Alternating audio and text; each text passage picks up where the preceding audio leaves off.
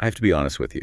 When I first saw the title of the document we're diving into today, I nearly skipped it. I can see why. It's titled COBOL AI for Disenfranchised British Citizens. Right, yeah. It's a bit of a mouthful. It sounds like, I don't know, a randomly generated spam email, or maybe some super dry technical manual from the 90s mixed with a political pamphlet. But the moment you start reading, and I mean really reading, you realize that title is basically a disguise.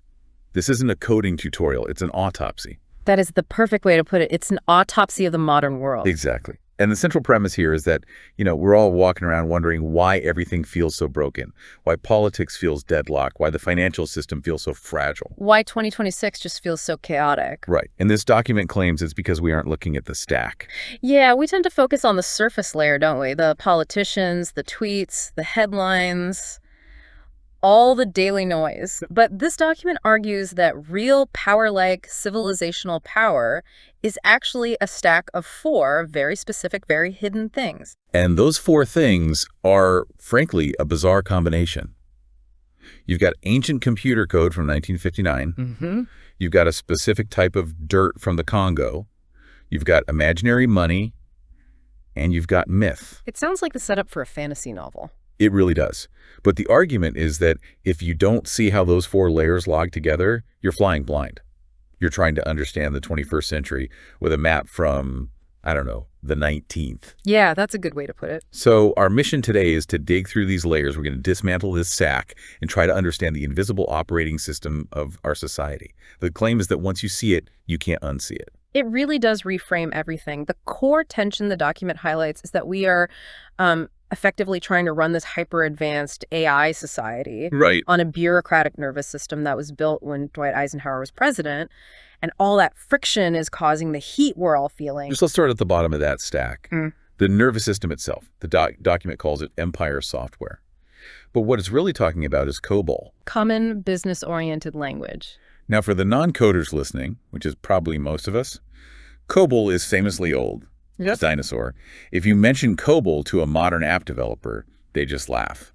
So why is this document calling it the foundation of modern power? Because it is still running the show. We have this image of coding history being all about, cool, disruptive Silicon Valley hackers in garages. But and energy drinks. Right.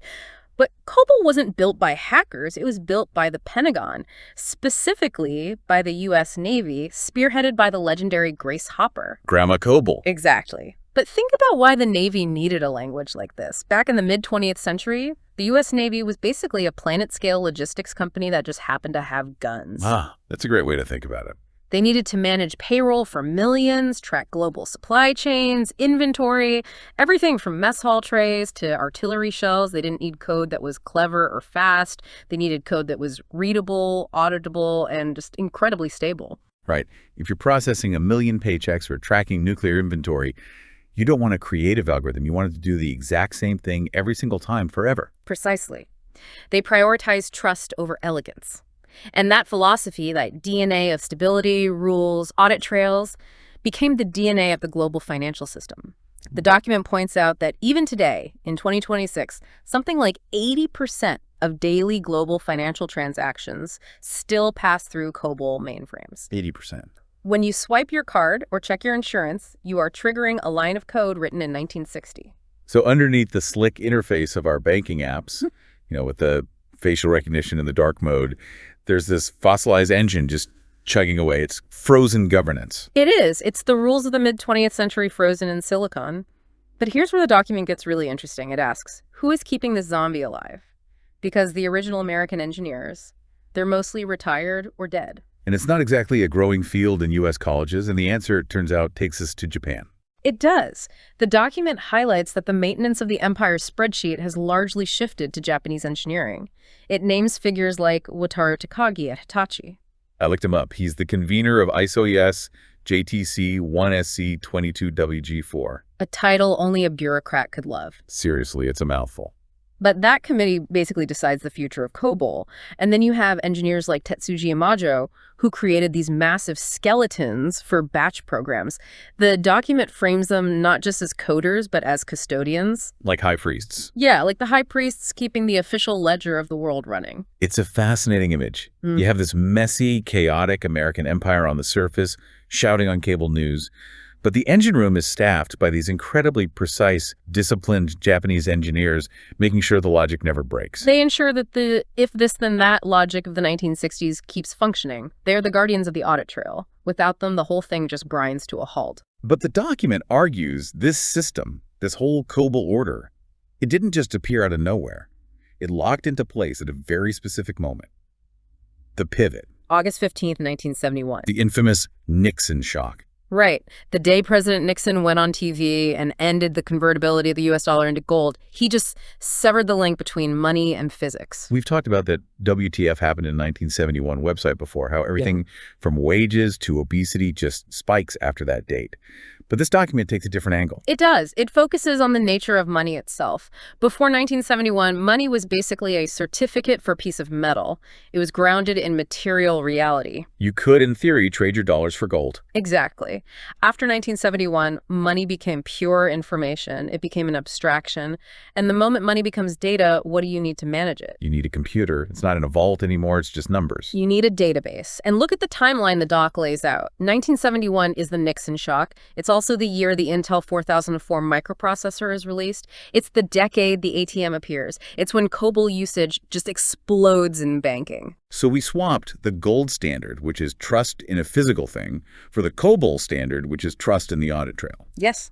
The ledger became the new gold. Trust shifted from the vault to the code. And this shift required a new center of gravity.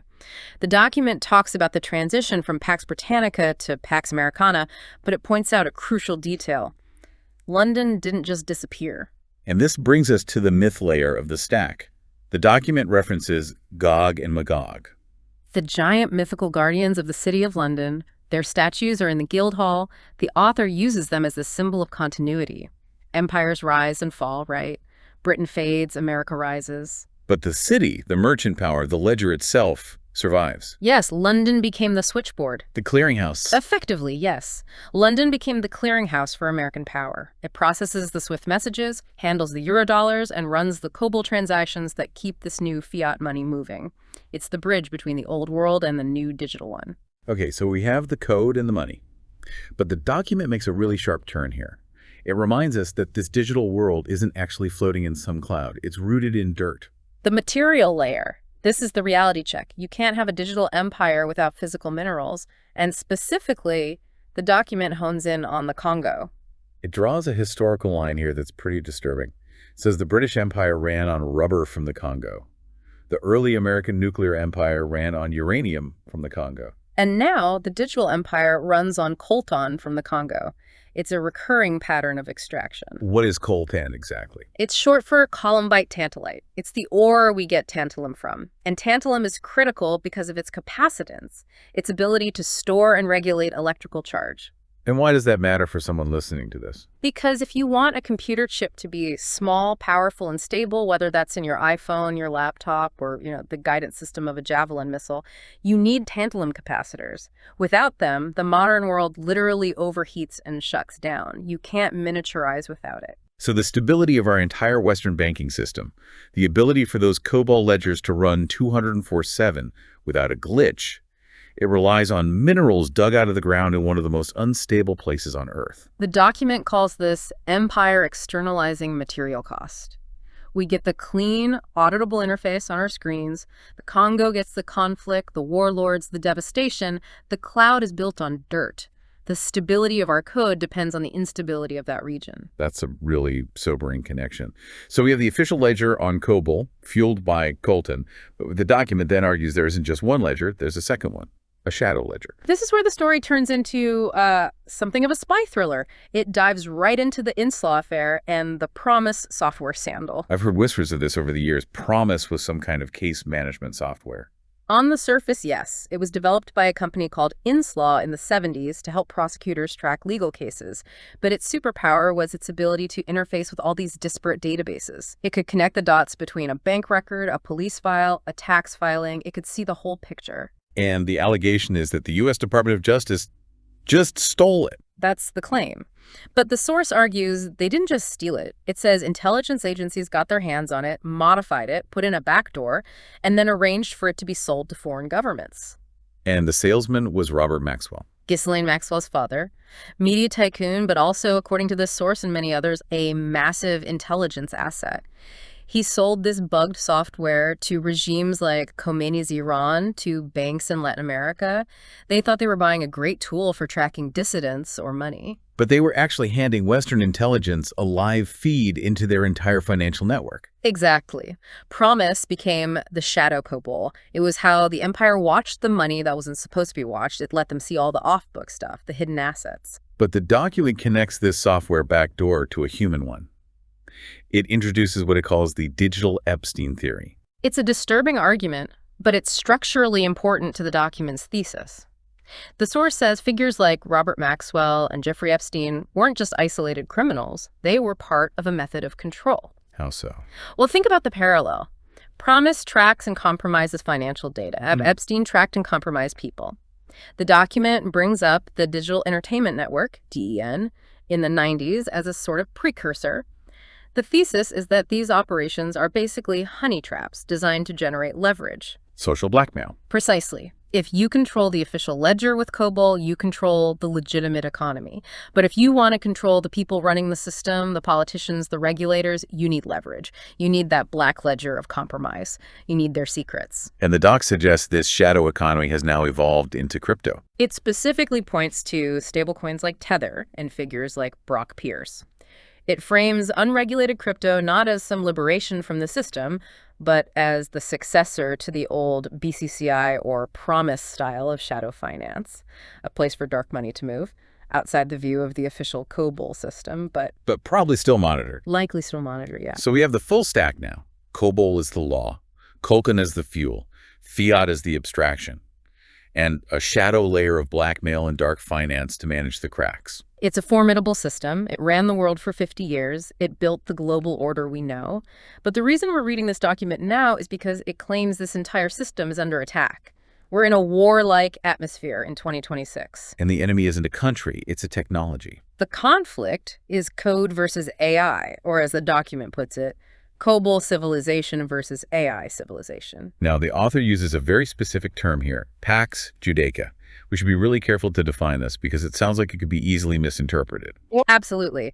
The document is very explicit about this. It is not referring to ethnicity or religion. It's describing a logical model.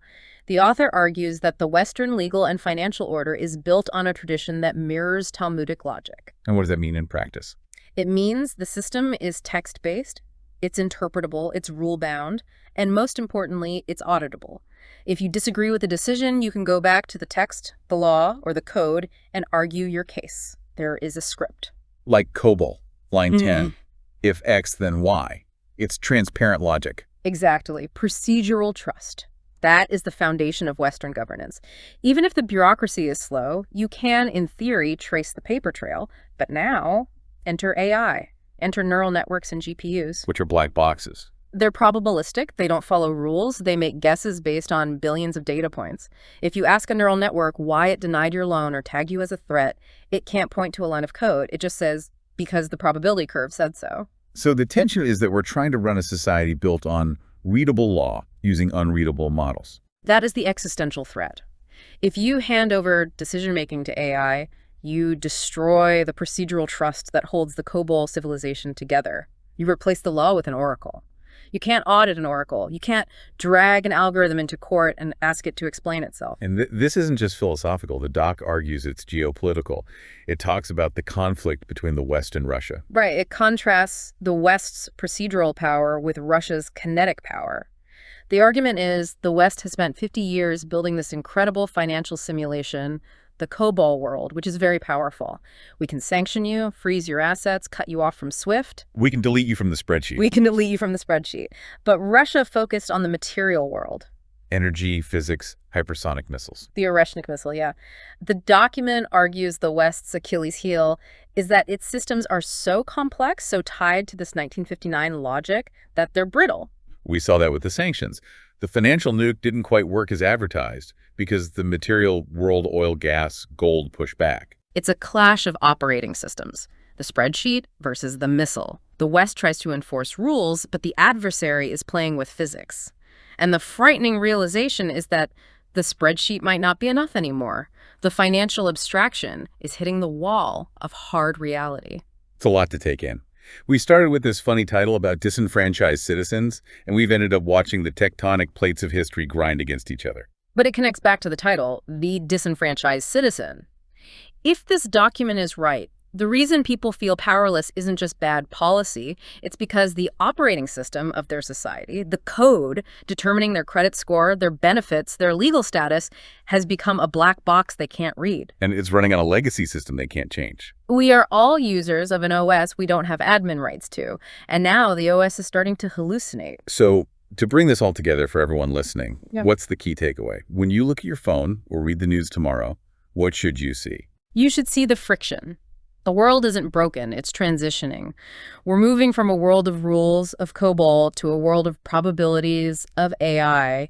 And empires built on rules generally don't survive that kind of transition without massive, massive upheaval. It brings us back to that final provocation in the document. Can an empire built on readable rules survive a world run by unreadable models? That's the question of the decade.